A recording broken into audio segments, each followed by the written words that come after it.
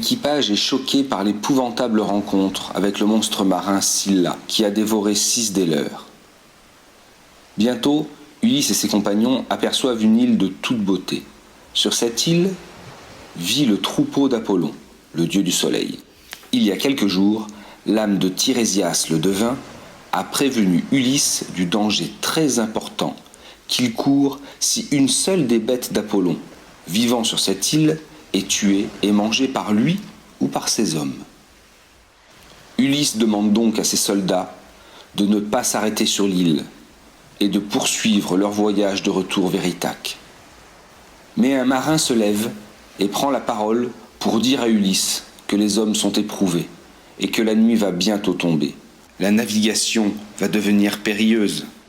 Ulysse entend qu'il ne peut interdire cette escale, mais il demande à ses compagnons de lui faire la promesse de ne toucher et de ne manger aucune des bêtes de l'île.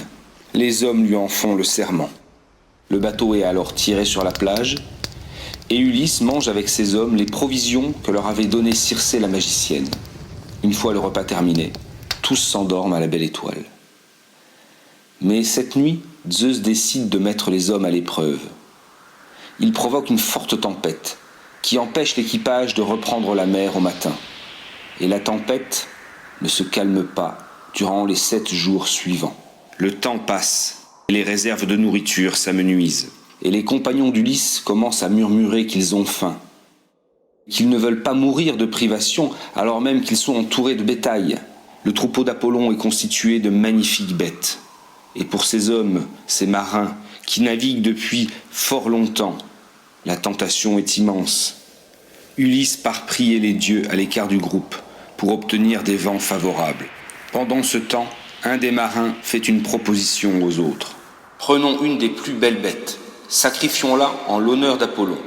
Promettons-lui de lui faire un temple au retour à Ithaque, et quand bien même Apollon voudrait nous tuer pour avoir osé manger des bêtes de son troupeau, mieux vaut mourir englouti par une vague plutôt que de mourir lentement de faim. Lorsque Ulysse revient vers ses compagnons, il constate que ceux-ci ont tué plusieurs bêtes, qu'ils ont procédé à un sacrifice et qu'ils font rôtir de splendides morceaux de viande. Il comprend immédiatement que le pire se prépare. Les premiers signes terrifiants apparaissent. Les peaux de bêtes semblent ramper sur le sol et la viande en train de rôtir pousse des beuglements. Mais ces signes n'inquiètent pas les marins qui festoient gaiement. Maintenant que la tempête provoquée par Zeus se calme, Ulysse ordonne la mise à l'eau rapide du navire. Tous embarquent et gagnent la haute mer grâce au vent favorable. Mais Zeus attend justement que plus aucune terre ne soit en vue des hommes pour provoquer de violentes rafales de vent qui arrachent le mât. Le mât arraché vient heurter la tête du pilote et le tue sur le coup.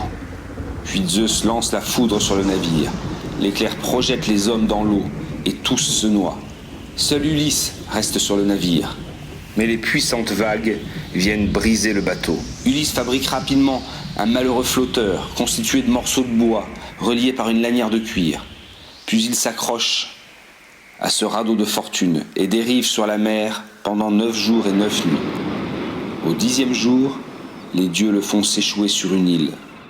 Ulysse est désormais le seul encore en vie des guerriers d'Ithaque à être parti de Troie.